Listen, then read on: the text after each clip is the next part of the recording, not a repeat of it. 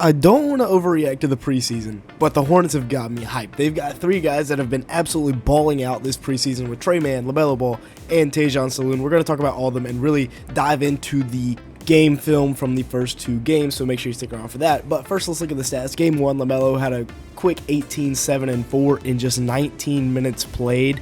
He shot 6 of 14 from the field, 4 of 10 from 3. One of the big things we're looking to see out of LaMelo this year is an improved shot selection and an improved shot IQ overall. Game 2, he had 24.6 rebounds, 4 assists in just 23 minutes. That is a heck of a stat line, and he's got me excited, I'm not going to lie. 7 for 15 from the field, 6 of 12 from 3. The Hornets actually have hope.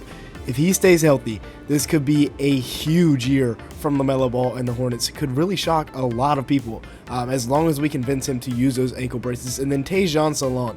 Game 1, he had 11 points, 1 rebound in 22 minutes a game, and was kind of impressive because he was showing off that 3 ball. 4 of 8 from the field and 3 of 5 from 3, 60% in game 1, and then in game 2 it was even better. He scored 15 points, 8 rebounds, 3 assists in 24 minutes, and was knocking down the 3 ball once again. His jumper looks much smoother. We'll look at that later in this video, but he was 5 of 9 from the field, 4 of 7 from 3 overall, and hopefully he can do more stuff like this before long. He's still getting his feel for the NBA game though. And then Mann, finally. Mann has been balling. 15 points, 3 boards, 2 assists in 16 minutes in the first game of the preseason. He was 6 of 8 from the field and 3 of 4 from 3. Very efficient. And in the next game, he went out and one-upped himself almost. He scored 14 points, 4 assists, and had 2 rebounds in just 18 minutes of action. 7 of 12 from the field overall, so not quite as efficient as the first game, 0 for 3 from 3, but we're going to be looking at all 3 of these guys' film here. I'm really excited for Mann. I mean, he could be the starting shooting guard next year, but we're going to start off with Tidjane Salaun, who not only has he been knocking down the 3 ball, he's also got his celebrations right. Look at that one right there, 3 to the dome, and then, hey, just wait for the defender to get off you. He little jab step into a jumper, that is tough right there. I mean, if he's making that and he's got something to say on the way back down the court, and then here, this is just a simple pick and roll with Daquan Jeffries. He hits the roll guy, kicks it out to Salaun because his man has to rotate into the paint. They don't rotate down in time, so it's an open 3 ball. Tough catch, by the way, and he gets it to go. And then once again, little jab step into a 3 ball. And then he throws the hands up on his way back down the court. Oh, he's got his celebrations on point. Salaun looks like he just breathes confidence. Like, it looks like it's everywhere from this dude. And then he's hitting pull-up J's off a screen. Now against the Knicks, he makes the read here, little running hook shot, and he gets it to fall. He reads the outside guy, so it's either going to be a kick to the corner for Josh Green if Campaign rotates down, or if he steps in. If he doesn't, he did the right thing and finishes. And then a transition 3 ball, not an easy shot to hit. Could have potentially walked, but hey, we don't call that over here in the NBA. Then a little action here from the Hornets. Little flare screen off a dribble handoff, and Precious Achiuwa is really a little bit late to the party there. Knockdown 3 ball, that was easy. And then once again, another transition 3. I was very, look at him. Getting the crowd hyped up, baby. In transition. You know, maybe we would have liked him to drive that because he had a wide open lane and go dunk on somebody. But hey, Tidjane Salaun, he's looking really good so far in the Summer League. And then we got Mann. Watch him read this ball screen. He could have kicked corner if Jovic stunted in or anything. He doesn't, so he gets to the rim and finishes. And then once again, coming off the ball screen again. This time he is just going to cook. I don't even know who number 9 is. Just absolutely cooks him. Is that Pele Larson? Anyways, he has Seth in the corner if he wants him. No, may I have this dance. Little mid-range goodness. The baggy swag is so tough, I'm not going to lie. Rip through baseline, tough reverse finish for Mann right here. Not easy, especially, well, Kevin Love is definitely up there in age, but that's a tough finish with the left hand. I like that a lot. And then in transition, just getting downhill. Once again, Kevin Love, not much of a rim protector, and Mann realizes as he's crossing half court that Kevin Love has his back turned, so he's just going to be able to easily get to the rim if he goes left and finishes it with the left hand.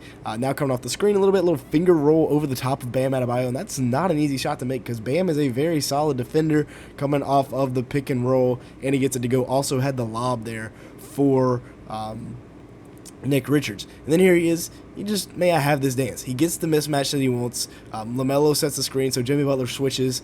And then he's got Jovic on an island. And Trey Mann is quick, man. Really quick. That's a tough floater as well. I'm loving seeing Trey Mann thrive here in Charlotte. Spin to the right hand off glass. You got to love that. And then LaMelo Ball. All right.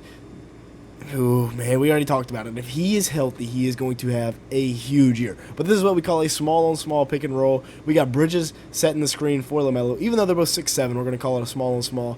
He lobs it into Bridges, and take a look at Bam Adebayo. He is not able to help because Nick Richards, the post, is still in the paint. That's an easy lob if he does help. So Bridges, the help has to come from the weak side, so Bridges just finishes the layup. And then we got LaMelo, just cashing from way downtown. Doesn't even use the screen. That's from the logo, and he knocks it down with ease. He was definitely on a burner last night. Shot fake, get the defender in the air. He's going to find Seth Curry in the corner. Like that a lot. Also like the unselfishness. Just pitching it off to Seth Curry. Let him get going because, as we know, he can shoot it with the best of them. His last name is Curry. We got a transition 3 in the corner, knocking it down. Punches Brandon Miller after he hits it. And then another 3 from way downtown. These are some incredibly deep threes that he is hitting right there. Hit the little pose after it. And then once again, Bam Adebayo doesn't learn his lesson. You have to step up. He should be coming up on the orange line, not going back on the red one as LaMelo's coming off the screen, and he pays for it. And this is the advantage of having Brandon Miller on the team as a secondary creator. We can now have LaMelo, who, yes, he's one of our better shooters on the perimeter. You see the defense, very good rotation here from the Miami Heat, but it's just better ball movement by the Hornets, and it leads to a wide-open 3 from LaMelo. And then this is what I love to see right here. This is what we call horns action with Nick Richards and Brandon Miller both setting the screen up top. You got shooters in the corner. Well, I don't know if Bridges is a shooter. But anyways, the screen that he uses, that guy is going to roll, and then the other one's going to pop high.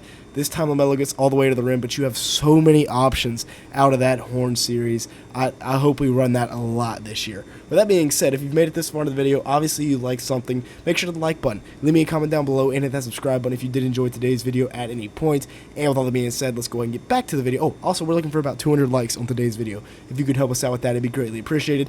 Now let's get back to the video, looking at Brandon Miller. He has not had a good preseason in the slightest so far this year. Game 1, 12 points, 5 boards, 3 assists. All right, that's decent in 24 minutes. Nothing crazy. He was 3 of 8 from the field, 3 of 7 from 3, so not great efficiency either. I'll take 3 of 7 from 3, but 3 of 8 from the field, not great. I'd like to see him get downhill and slash a little bit more. And then Game 2 was bad. 7 points, 4 boards, 2 assists in 24 minutes.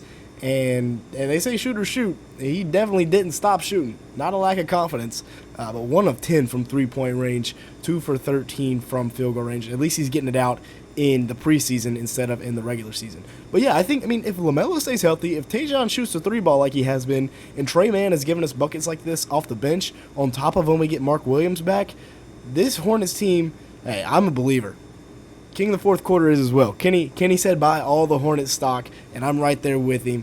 Give me the Charlotte Hornets to the playoffs, baby.